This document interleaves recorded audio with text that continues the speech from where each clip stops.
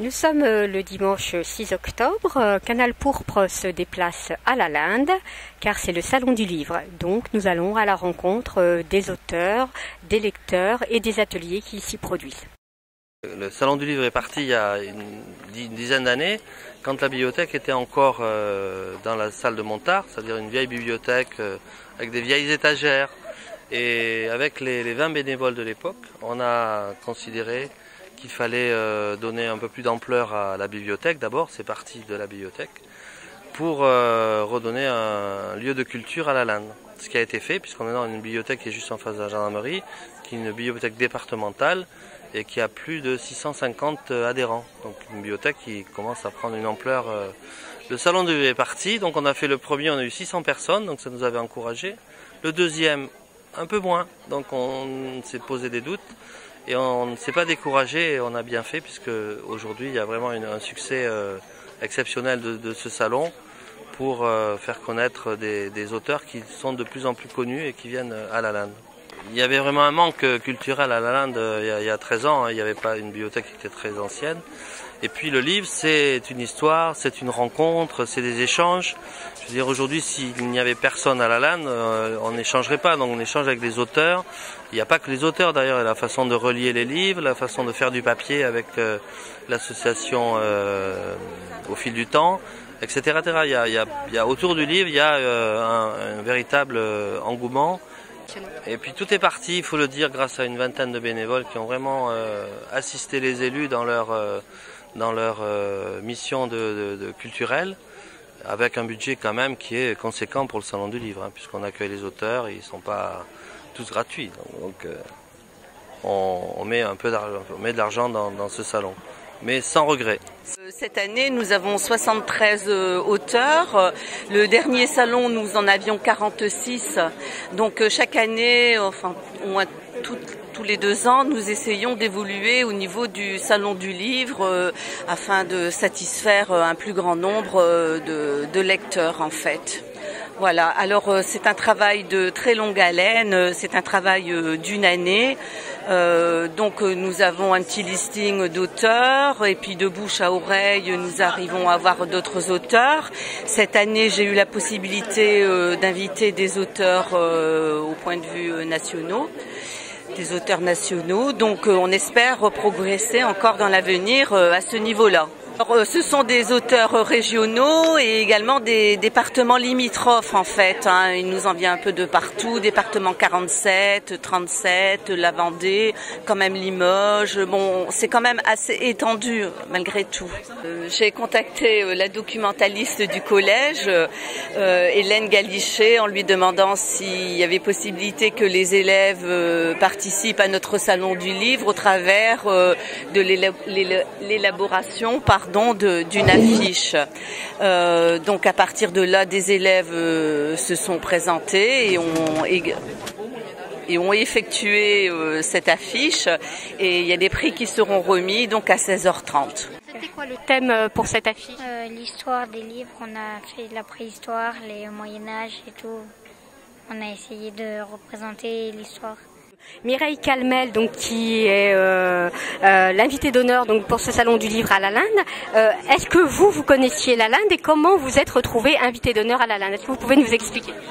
Oui, alors je connaissais Lalande puisque je vis en Aquitaine. Puis mon mari est déjà venu, Gérard Sensé, est déjà venu à plusieurs reprises dans ce salon. Moi, malheureusement, mon emploi du temps n'avait pas coïncidé les années précédentes.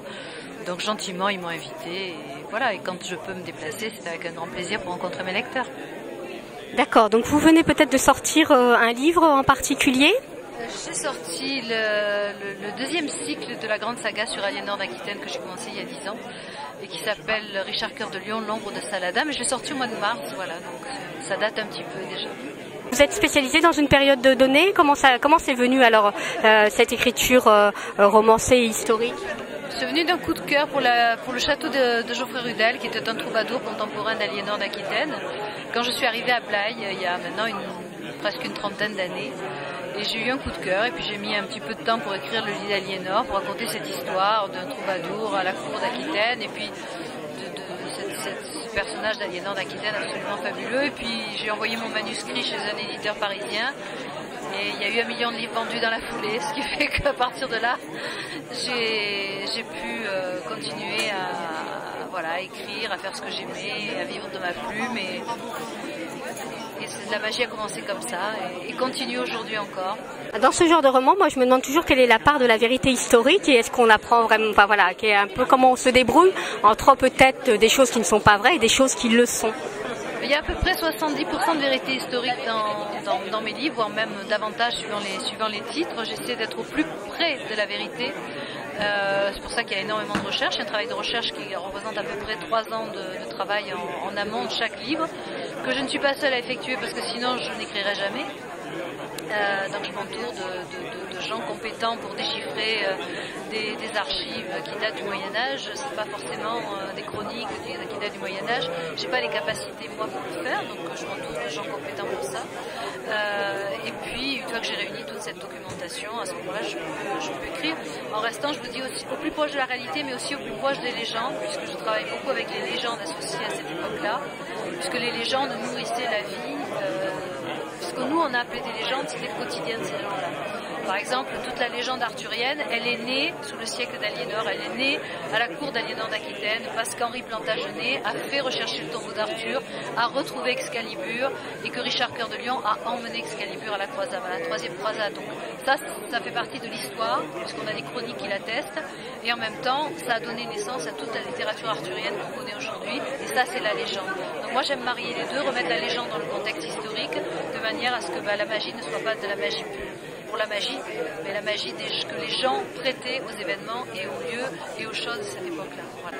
Et que vous apprend alors donc ce travail d'écriture et de recherche sur notre monde d'aujourd'hui? Alors est-ce qu'il y a des choses, revoit-on revenir des choses, est-ce que c'est aussi porteur de sens pour le monde, pour aujourd'hui?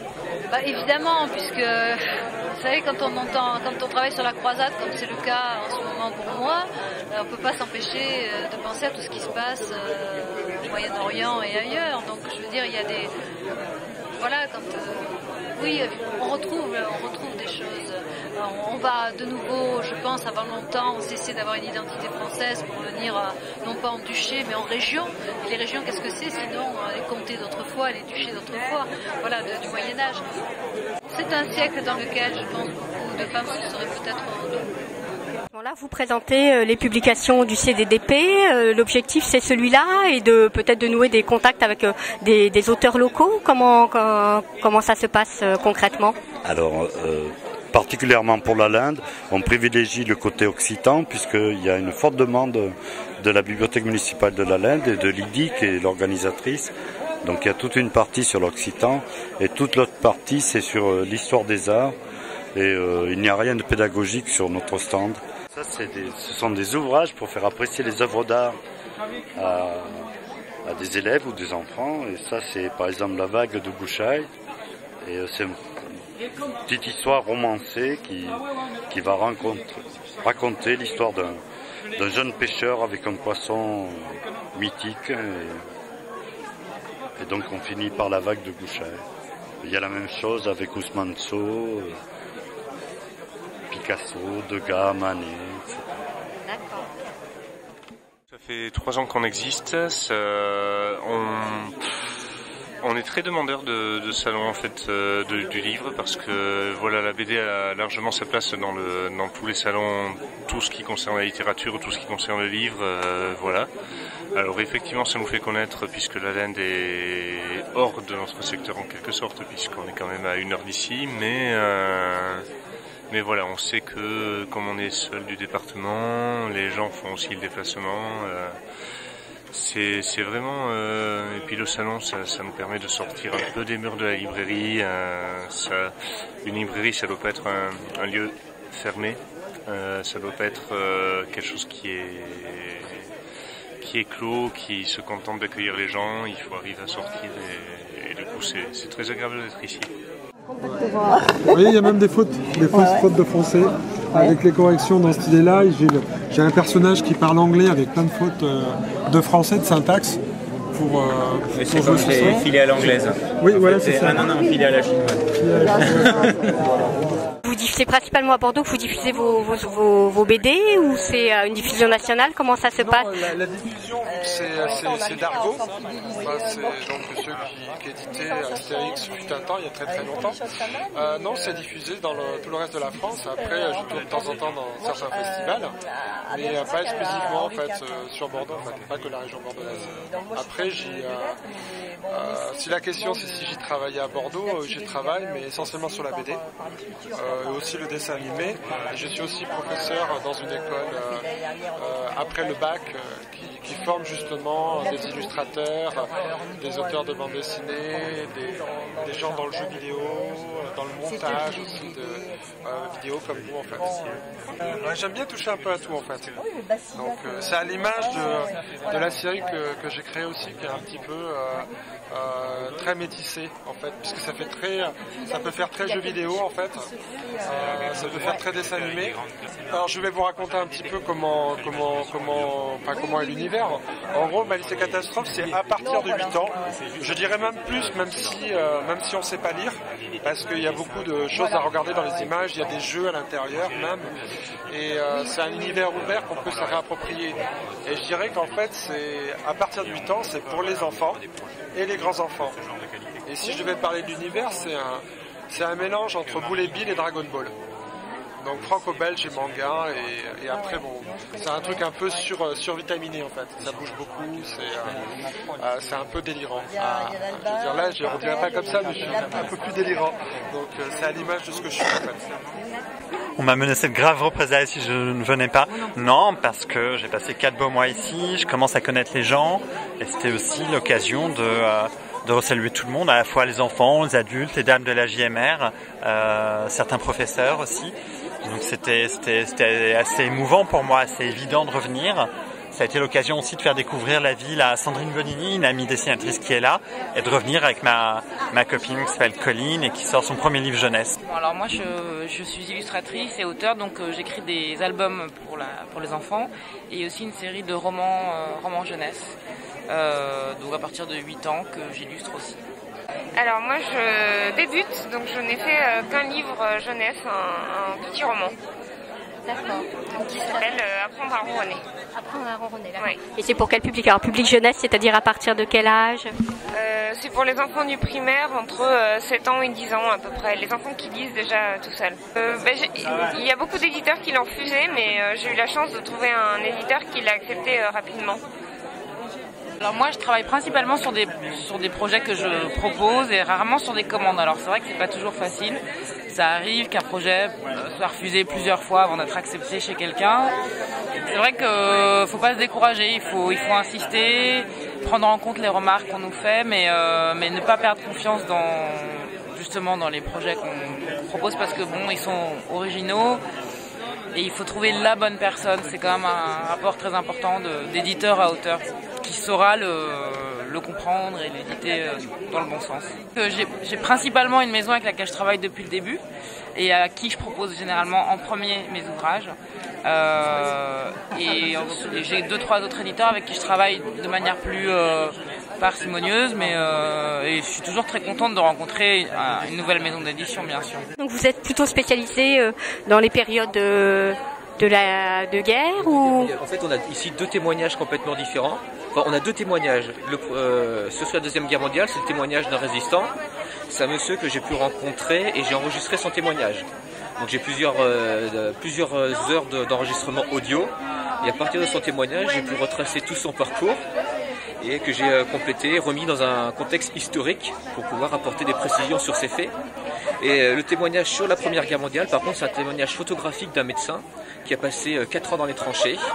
Donc on a plus de 500 photos, et là c'est pareil, on avait les photos, il a fallu les replacer dans un contexte. Donc 2 témoignages sur 2 guerres, mais avec une approche complètement une approche identique dans la manière d'avancer. Il y a tout un travail de recherche à faire sur les grands événements qui se passaient à ce moment-là. Et puis après on rentre dans les détails, on peut contacter des musées, des associations, des historiens, on fréquente les bibliothèques, les archives. Et finalement, en recroisant les informations, on arrive à retrouver des renseignements extrêmement précis. Donc autour d'un témoignage au départ d'une personne que vous avez rencontrée comment ça se fait ces rencontres? C'est pas anodin de rencontrer un médecin qui a fait des photos pendant la guerre, il faut chercher un peu peut-être. Pour le médecin, c'était en fait mes voisins et qui étaient la fille et le gendre de ce médecin. Et donc c'est eux qui conservaient encore les archives de leurs parents chez eux. Je ne suis pas historienne de formation, mais de déformation, dirions-nous. J'habite un tout petit hameau où rien n'est à sa place. Donc quand je me suis penchée sur l'histoire du village, bon, je suis allée aux archives et puis j'ai demandé comment je pouvais m'y prendre. Et on m'a indiqué les archives judiciaires que je pouvais consulter en me disant peut-être que ça me donnerait des renseignements. Et à partir de ça, j'ai travaillé toujours à partir des archives judiciaires 17e, 18e siècle, puisque à l'époque, les gens ne savaient ni lire ni écrire. Mais quand ils étaient contactés pour des procès, soit inculpés, soit comme témoins, les greffiers étaient obligés de prendre au mot à mot tout ce qu'ils disaient. Ces archives ont été bien conservées, bien inventoriées au début du XXe siècle, et c'est une somme de documentation qui est absolument fabuleuse. C'est la vie au jour le jour de tous les gens. Parce qu'à la Révolution, les gens étaient très très procéduriers. Et donc chaque fois qu'il y avait un petit problème, on s'adressait à la justice, ce qui intentait, ça faisait des procès. Et à ce moment-là, donc, mais c'était pour tout, hein, ça pouvait être pour des problèmes de voisinage comme pour des problèmes beaucoup plus graves. Hein. Voilà, moi je suis là pour amener les livres de certains des auteurs qui passent par la librairie pour les vendre parce qu'ils n'ont pas leur stock ou parce qu'ils ont envie de respecter justement le circuit du livre, c'est-à-dire auteurs, éditeurs, libraires. Donc voilà, j'ai sur mon stand une quinzaine d'auteurs pour qui je vends les bouquins. Voilà. Et je représente forcément ma librairie en même temps à la Linde. Est-ce que tu as entendu parler de l'initiative donc je crois que ça s'appelle, c'est la maison d'édition la Différence, qui voudrait donc que les libraires aient un taux de marge plus important, mais par contre qui diminue leur taux de retour. Est-ce que tu as entendu parler de ça et est-ce que toi ça serait quelque chose qui t'intéresserait? Alors pas encore, j'ai pas encore entendu parler. Oui, forcément, de toute façon, parce que on se bagarre un peu tous les libraires pour avoir une marge un peu plus importante, parce que surtout que les marges elles sont pas du tout égales entre libraires. Voilà, une petite librairie a pas les mêmes marges qu'un très très très gros libraire, et il y a souvent, enfin parfois beaucoup de différences. Tu parlais de 42%. À 42, pour moi c'est le rêve, j'avoue. Donc oui, de toute façon le but c'est aussi de faire le moins de retours possible, et on essaye de travailler de façon très intelligente pour avoir le bon nombre d'ouvrages et le moins de retours possible. C'est pas évident, hein. C'est pas toujours évident, mais c'est vrai que le but c'est ça de toute façon. Donc moi oui, j'adhère. Enfin, j'ai pas entendu complètement les détails, mais si c'est quelque chose dans cet esprit, je trouve ça très intelligent. Oui. L'atelier d'écriture, c'est quelque chose qui va se faire le 16 octobre. C'est pas moi qui le fais, hein, c'est pas mon métier, mais j'invite quelqu'un qui s'appelle Lucie Noble qui va le faire chez moi. Donc d'abord, ce sera pour les enfants. On essaiera d'en faire une fois par trimestre à peu près. C'est pas évident à mettre en place, à le faire savoir justement. Donc pour les enfants de 7 à 12 ans, ça oui. Ensuite, les auteurs qui viennent, oui. Ma très grande joie, c'est d'accueillir Anna Gavalda le 18 octobre, donc là très prochainement. Elle a gentiment accepté de venir rencontrer les lecteurs à la Linde, ce qui n'est pas le cas de tout le monde. C'est très très bien, donc ça va être une belle soirée.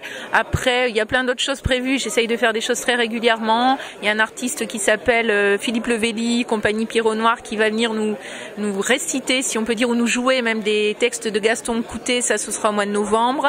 Il y aura également une démonstration culinaire au mois de novembre avec un auteur de livres de cuisine de chez Hachette. Enfin, il y a plein de choses en vue là pour la fin d'année. Je fais des œuvres historiennes et je travaille sur une période, c'est-à-dire une période qui correspond au siècle 16e, 17e, 18e siècle, disons avant la Révolution française, où il n'y a d'histoire que régionale. Il faut quand même dire la vérité, si j'ose dire aux gens. L'histoire nationale, en elle-même, elle n'existera que plus tard. Jusqu'alors, chaque province avait ses événements, avait son histoire. Et c'est pour cela, même s'il y a de grands personnages, moi je travaille beaucoup sur Montaigne ou sur la Boétie, mais on s'attache beaucoup à la façon dont ils sont dans leur pays, dans leur ville, ce qu'ils ont vécu, comment ils ont vécu. Qu'est-ce que ça raconte Montaigne-Auchan? Parce que de Montaigne, on en a plutôt une vision politique, justement. Ben Montaigne, quand il écrit les essais, chez lui, en Périgord, dans sa demeure de Montaigne, il l'écrit dans un cadre qui est pour lui un cadre seigneurial. Montaigne est un seigneur qui a des paysans qui travaillent pour lui. Montaigne fait des récoltes. Montaigne reçoit des droits seigneuriaux et Montaigne gère son domaine avec l'aide de son épouse, comme on gère à l'heure actuelle une exploitation ou une petite entreprise. Donc Montaigne-Auchan, c'est la façon de retrouver à travers les essais le moyen qu'il avait, les outils qu'il avait, le regard qu'il avait sur son bien, qui lui avait été transmis par son père, Pierre Ekem. Je suis originaire du Nord, mais ça fait 5 ans que j'ai émigré en Dordogne.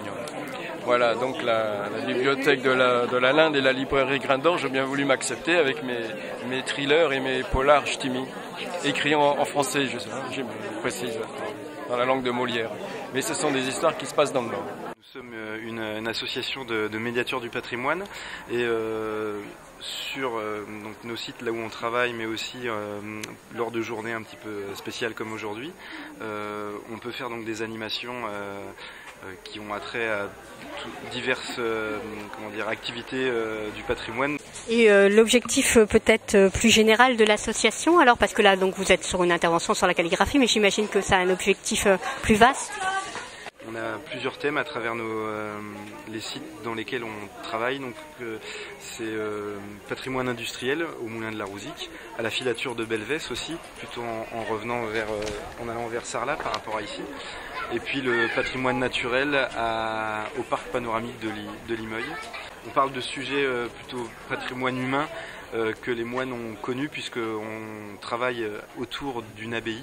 Donc on parle de la calligraphie, de l'enluminure, de la sculpture sur pierre, de la fresque qu'on peut encore trouver aujourd'hui dans les églises, comme dans l'église de Cadouin. Aujourd'hui, il s'agit de faire redécouvrir aux personnes comment fabriquer le papier autrefois, papier à base de vieux chiffons qui étaient à 100% en coton, en lin ou en chanvre, c'est-à-dire à 100% en fibre de plante. Et ces chiffons étaient démontés et ensuite on en faisait de la pâte à papier et des feuilles de papier ensuite. Donc c'est pour ça aussi que dès la fin du Moyen-Âge, on a dû avoir beaucoup de papier, qu'ici à Couze, c'était une région papetière parce que l'imprimerie avait de gros besoins en papier. Voilà. Pourquoi à Couze et finalement pas ailleurs? Parce qu'à Couze, vous avez la rivière, la Couze, qui a une eau de très bonne qualité. Et effectivement, avec cette eau de qualité, vous allez pouvoir fabriquer du papier de très bonne qualité. À Couze, vous avez encore 3 moulins qui sont encore en activité. Le moulin de la Roque, le moulin Prat-Dumas et le moulin de la Rouzic, dont je fais partie. Le moulin de la Rouzic, effectivement, le cœur de métier, c'est l'animation patrimoniale, faire découvrir au public les secrets de fabrication du papier. Et deuxième chose, au moulin de la Rouzic, c'est qu'on va continuer à avoir une production à la main de papier chiffon, production très artisanale, en quantité limitée, uniquement pour la vente dans la boutique du moulin.